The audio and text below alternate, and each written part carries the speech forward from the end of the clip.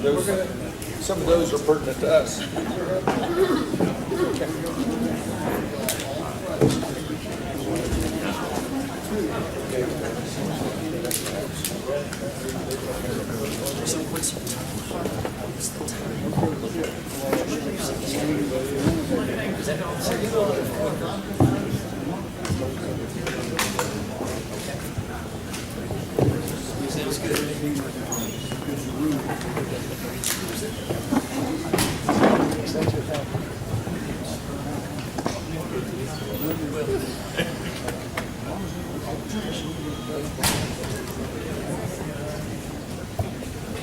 All right, Mr. Dandridge, questions for you?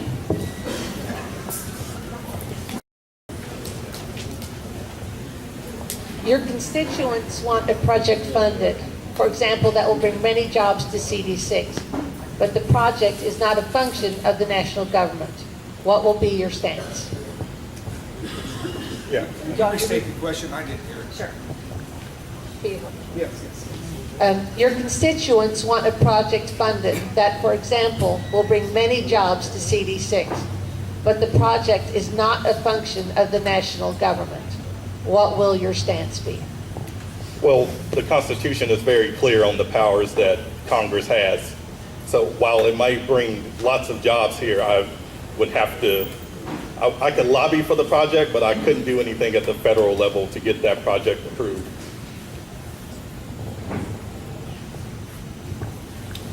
Well, it's a wonderful question because your representatives are faced with this all the time. And part of the problem that we've had with the creep in our expenses and the reason we have a $20 trillion debt and still growing is because they don't know how to say no.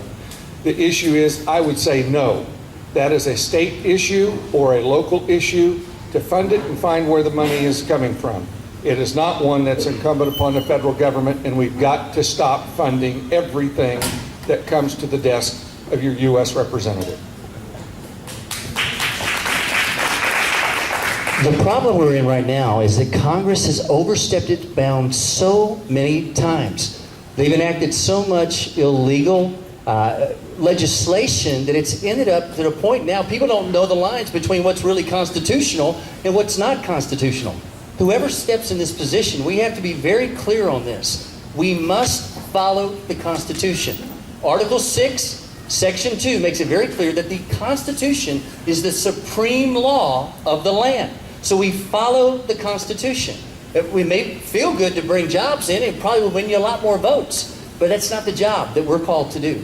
We are called to follow the Constitution. 30 seconds to final.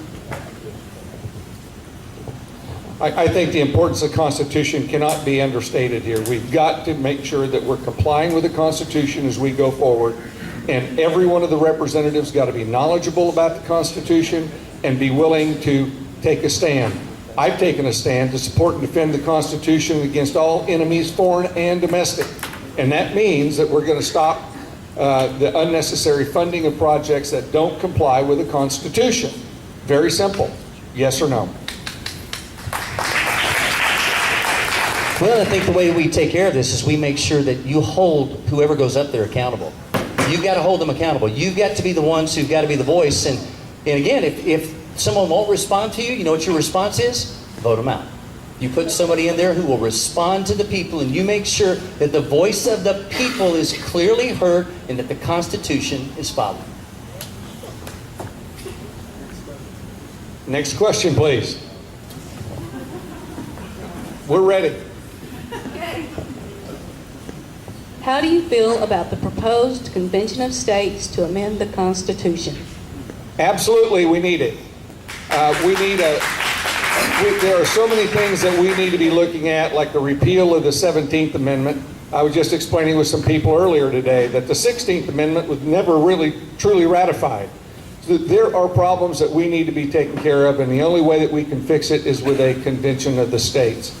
Our Congress is not going to get the 2/3 vote to put it out to the states, to try to get 3/4 of them to ratify it. So a convention of the states is what we're going to have to go do, and I would start with making your representatives subject to the same laws that they pass. and stop this special environment where they get to have some sweetheart deal that's going to go for them in perpetuity.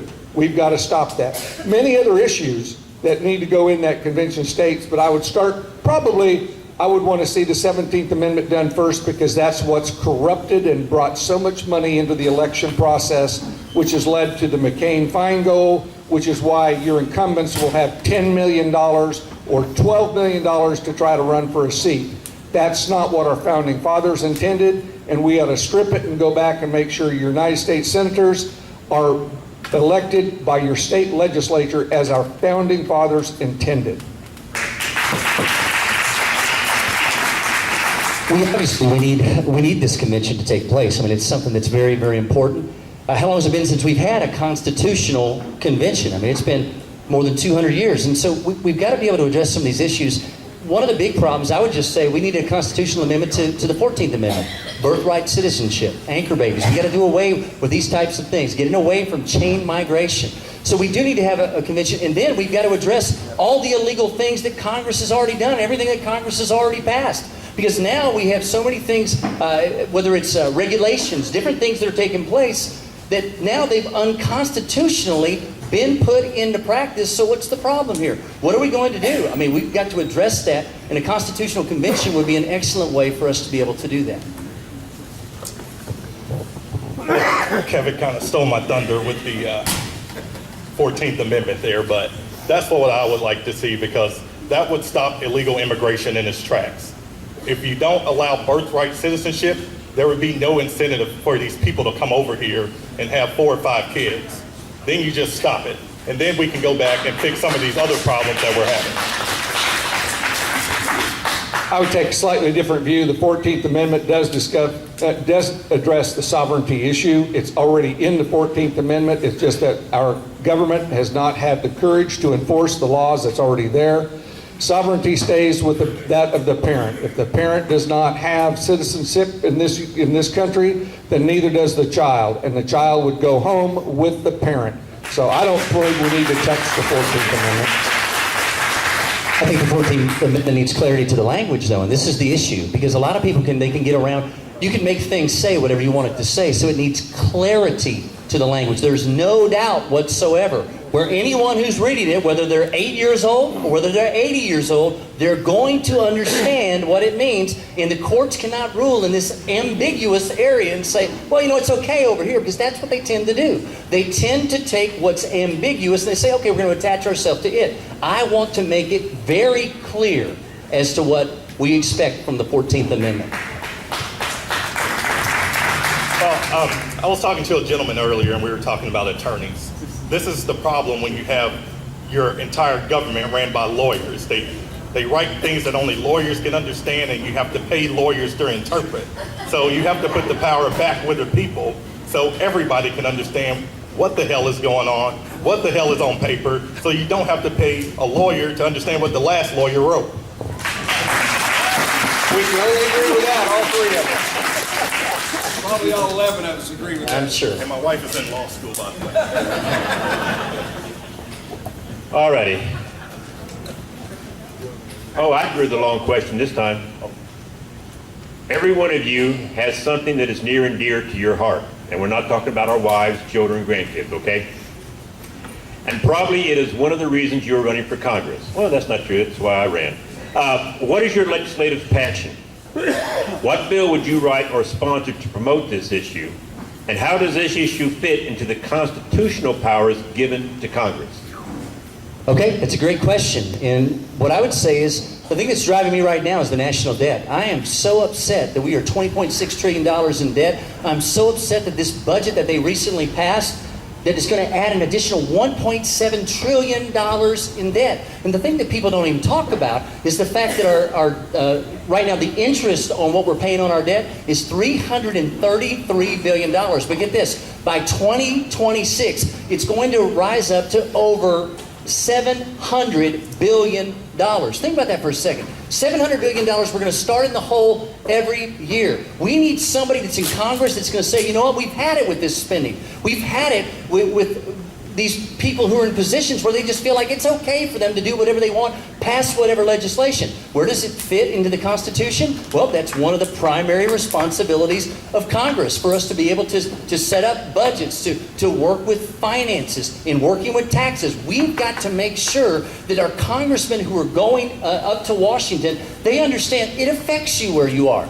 It affects how you're going to live your life. It affects, and I'll tell you this way, I was so angry the other day that I said, I'm so frustrated that they passed this bill. I'm so frustrated because it's going to affect my unborn grandchildren at this point.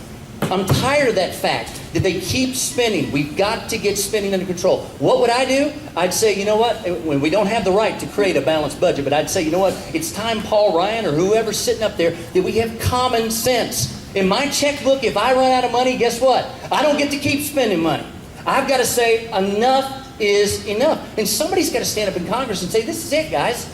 This is it. No more spending. In fact, if you want to do the $1.5 trillion infrastructure, which, by the way, if you look at how much they passed the other day, it was only $20 billion, so it shows you where priorities are. But if you want to pass that $1.5 trillion in infrastructure, you better offset it in spending. Thank you. I'll talk about something that's near and dear to my heart, and that's the military. I spent minus the last year, my entire adult life in the United States Army. And I think we need to do something about defense spending. We spend the most money out of any country on the planet on defense spending. Yes, do we need a high quality military? Yes, but we can do that with less. We don't need a blank check written to the Pentagon. The Pentagon needs to be audited, and it needs to be audited now, and we need to implement some controls that effectively spend the money that they have, because they are out of control. I was telling someone that when I was deployed to Iraq, instead of bringing equipment back, brand new equipment, we just burn it. I mean, that's your money going up in flames, and I've seen it more than once. So I would audit the Pentagon and get military spending under control.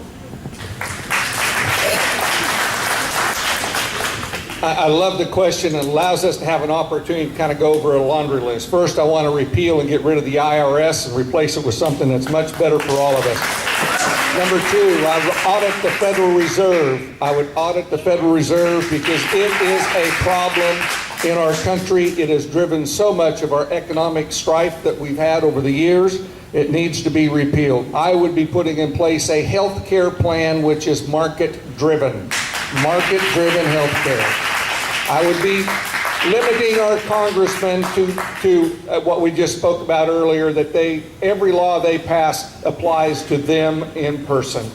Next, where my friend just brought up military spending, I would be putting in place an item that says no more. I'd give the military a checkbook account to where they can have a rainy day fund instead of having to spend all their money in the last 60 days just because if they don't spend it, they're going to lose it. So it'd be a checkbook account for all of the military.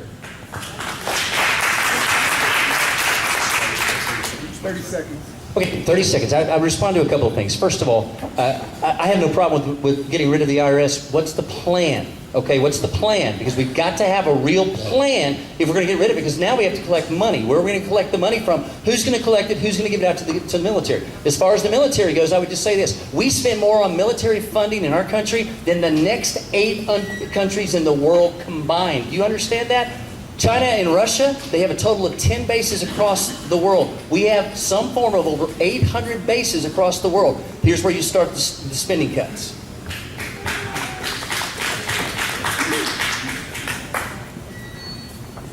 I agree with Ken. I think we need to audit the Federal Reserve because that power is, I think the Fed is illegal first to begin with. Hear, hear. And there is no reason that we need a central bank in this country. Here, here.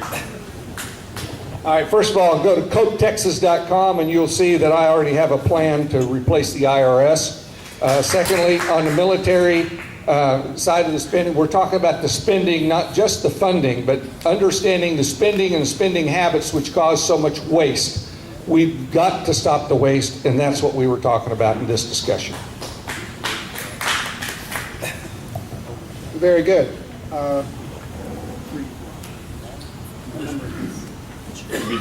This will be the fourth question. Okay.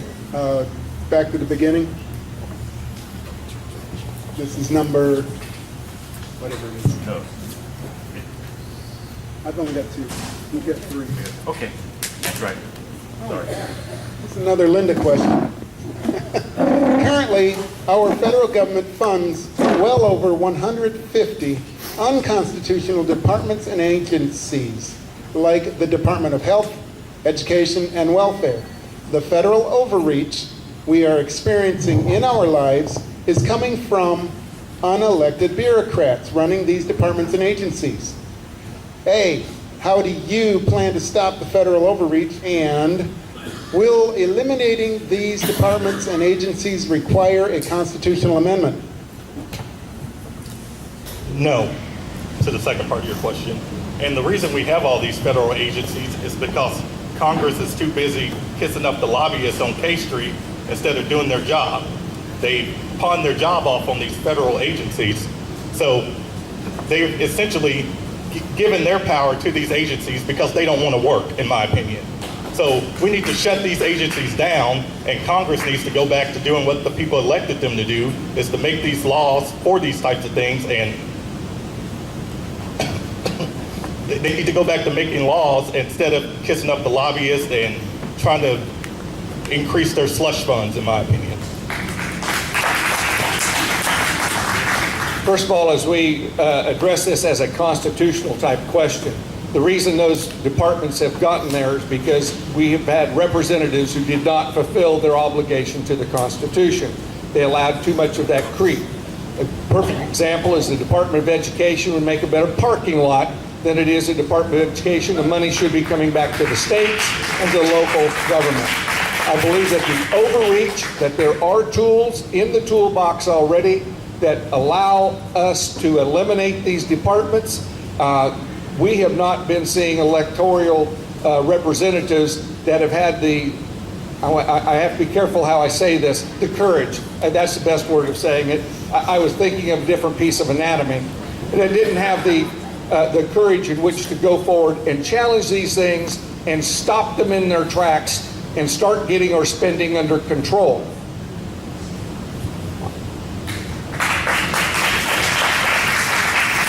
The issue goes to constitutionality. The problem is we have too many courts that they've misinterpreted what's constitutional. And so you've got these courts that have interpreted for so long that guess what? The American people don't even know what's constitutional or what's not constitutional anymore. This is why the Constitutional Convention would be very important. Again, I'm all for clarity in language. I want simplified government that is extremely clear, where there's no ambiguous terms where people can read one thing in or something else out. We've got all these organizations. Ken referenced the Department of Education. Here we've got the Department of Education that's being funded at $68 billion this year. Guess what? Jimmy Carter founded that in 1979. You know why he did?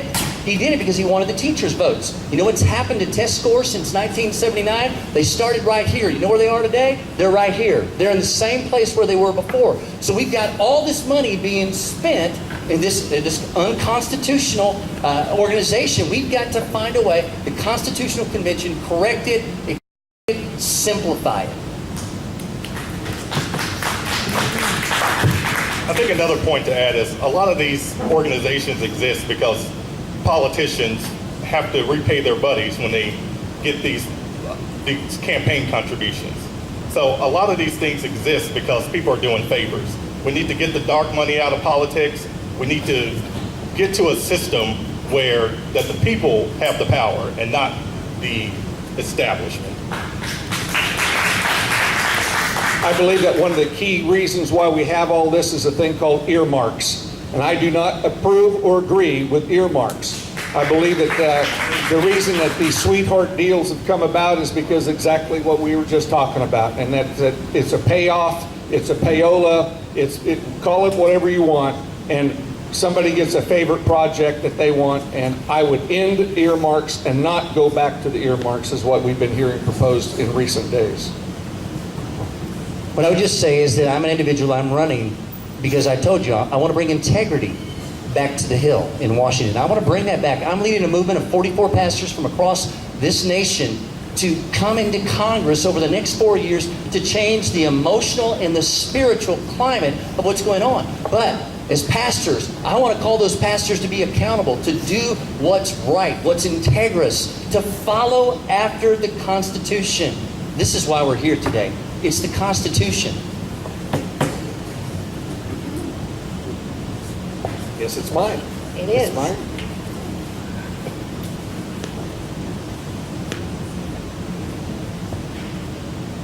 This may have been before last week.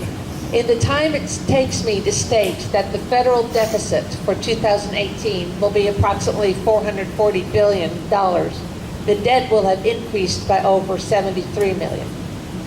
As Social Security, Medicare, and Medicaid are the driving force of the deficit, what specific ideas do you have to restrain federal government entitlement spending?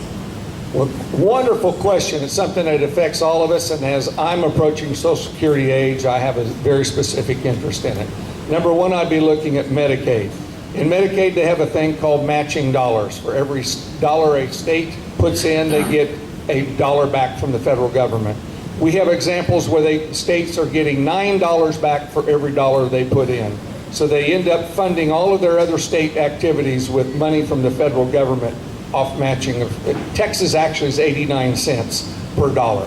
So that should be stopped, and we should get to the bottom of it. Secondly, it's the amount of waste and corruption that's within the Medicare and Social Security. It's got to be stopped. And it goes back to auditing the Federal Reserve. The Federal Reserve is where all of our Social Security money ends up going, and they pay us 4%. They end up paying the sweetheart banks and the private Federal Reserve about 6.5%. So for them to go loan it out and make deals on. I think that's absolutely wrong. Those are the issues that I would be taking on first to try to understand, yes, we're probably going to have to do some efforts on Social Security. Our entitlement issues is something that we cannot walk away from. We must address them going forward, or the entire system will collapse. And as we've seen it right now, it's on a projection to collapse. So your next representative is going to have the intestinal fortitude and the financial knowledge and wherewithal to be able to put together a plan that you can present and convince the other 434 representatives that it's a good thing for us to do, and they better have a level of energy that can achieve that goal.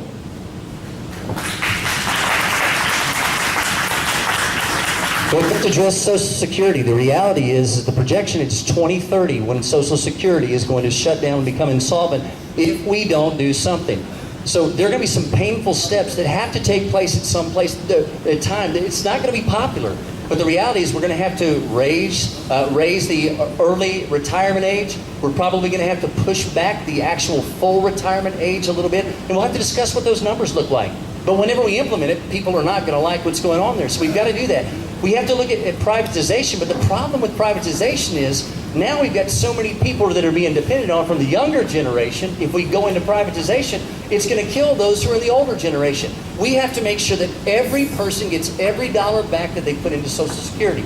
Then along the lines of Medicare, I would just say this. There are so many exorbitant charges that hospitals put in Medicare, different things. For instance, there's a Tylenol that people have talked about, $37. We've got to get that under control. We've got to make these agencies that are getting money, they have to be audited so we'll know what it is that they're getting. Thank you. Well, I discuss entitlement reform on my website, ShawnDandridge.com, but one thing I would do, I would go back to a George W. Bush era plan and have private accounts for Social Security. I mean, that you're putting the power back in the people's hands. You get to decide what you do with your Social Security money. I don't want the government investing my money because they don't do a job investing their own money, so I don't want them touching mine. And another thing is, I grew up in the inner city in Memphis, Tennessee, and I've seen entitlement reforms at their worst. People wait for the first of the month to get their stipend or whatever they get, and it's like Christmas every month. That's where we need to cut. We need to institute a drug program for the entire WIC and Section 8 and all of that. You need to choose. You want drugs or your kids? And we need to have a work program related to that. Able-bodied people like myself don't want to work because they don't have to. They make more money sitting at home. So if you have a drug requirement and a work requirement, that'll cut out your entitlement programs right there.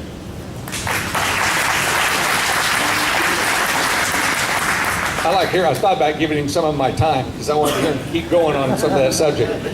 First of all, I just think that when we start looking at Social Security or Medicare, if we don't understand what the problem is, you're never going to get the fix. We have got to understand what it is. That goes back to auditing the Fed and auditing these entitlement plans to understand the problem before we try to fix it. There's such a rush to judgment that people think they understand what the problem is, and all they do is they keep making it worse going forward. We need to solve it the right way, and it starts with understanding the problem first. The problem's easy to understand. The problem is the federal government has been taking our Social Security money and they've been loaning it to the government. That's where it's gone. They haven't invested it like they were supposed to. So that's why we're in the position we're in right now. I'll tell you, I've got a Social Security plan on my website, kevinforcongress.org. Take a look at it. Read what the plan is. And I would just say to you again, just consider this. I'm giving you stats and figures. I'm giving you hard things to consider because I've studied, I've researched these things. I've got plans on these things that you'll find on my website. We need to do something about entitlement reform now. We've been kicking the can down the road too long. By the time I get Social Security age, nothing will be there if we don't do something right now. And to couple that, we need to elect conservative Republicans to office because these Democrats aren't going to do anything. They're going to keep giving your money away, and there's going to be a damn thing you can do about it.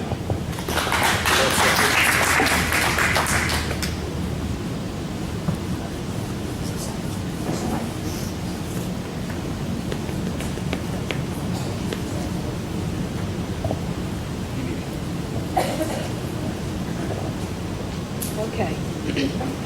What are the three most pressing and important issues facing Congressional District 6? And if elected, what measures would you propose to resolve them?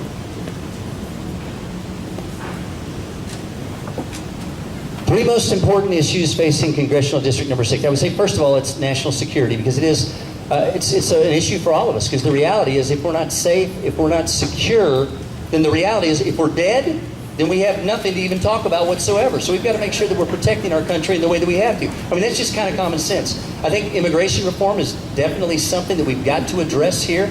It's going to affect us in some way or the other. In fact, I was reading something, and don't hold this against me because I read something from the Dallas Morning News, but I just happened to see something come across from Twitter, and I saw on there, and I'm not a leftist, I'm not a liberal or anything, but I saw the number of people that were going to be affected in the DSID as a result of the immigration issue. So we've got to solve what the immigration issue is so it's not going to hurt our economy. It's not going to hurt the overall even school systems, relationships, things like that. I've got a plan, a 7-point immigration protection plan that's on my website. Again, kevinforcongress.org, where I address exactly what we need to do. I don't think we need to pass DACA, as they're saying, and let people, hey, everybody just come on in. You know what, because you came in illegally, you know what we're going to do for you? We're going to give you citizenship. That's the wrong way to go. I've got a plan, and part of the plan says, you know what we're going to do is we're going to look at creating a visa program. We're going to attach a fee for everybody who's been here illegally, so there's some type of justice that comes with mercy. I have a pastoral background, justice with mercy. So now they're paying money into something where we're getting money instead of just saying, hey, you can be be a citizen. Then if you want to become a citizen, you're going to have to leave the country at some point before you come back legally in order to even be considered, but then you go to the back of the line. Okay, so we've got immigration reform. And I think jobs is a huge thing. It's a huge thing that we have to look at. How can we bring in more business, more industry? Because we've got people who are still out of work. Things are looking better than they've ever looked here with Trump. I mean, we see the numbers that are coming up. But we've got to do something to continue to bring industry to this Congressional District number 6. My first thing would be immigration reform. We need to have a merit-based system. We don't need a lottery. It sounds ridiculous to have a lottery to get into the greatest nation on earth. So we need to do away with that. We need people that will invest in America and be a contributing member to this economy on day one. National security is also a big thing. We need to secure the border. We know we need to do that. And let me say, securing the border doesn't mean just building a big wall. We have technology and other things that will secure the border. So yes, we can't secure the entire border with Mexico. So it doesn't have to be done with a wall. We have other methods to do that as well. And jobs. I happen to be an IT professional.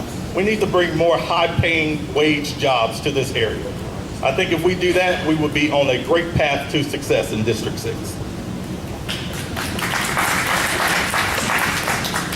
First item and the most important item to CD6 is the high-speed rail and the bullet train, and we've got to stop it.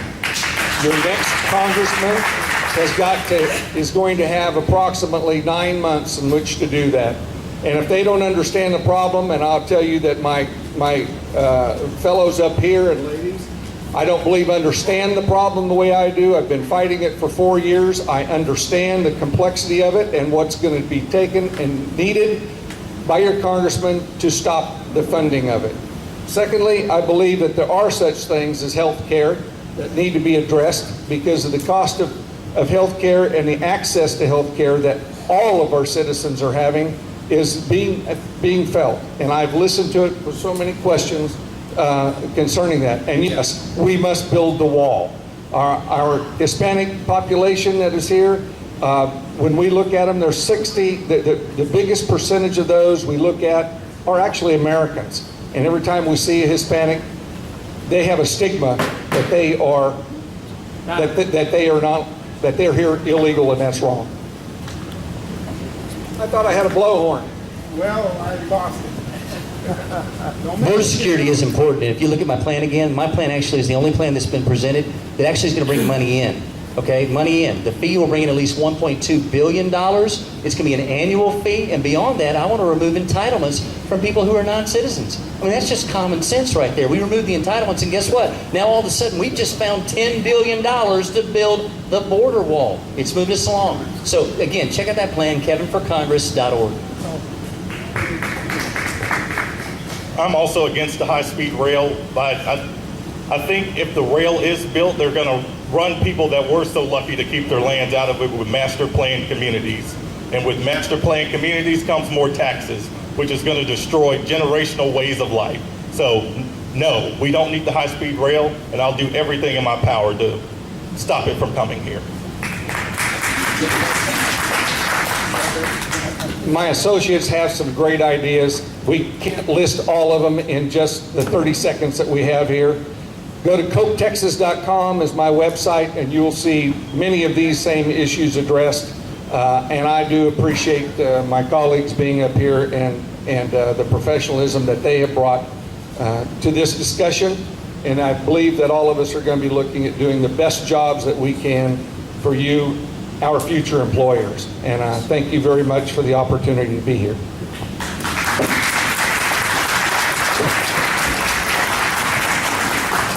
That's panel number 2. Panel number 3, come get your name card.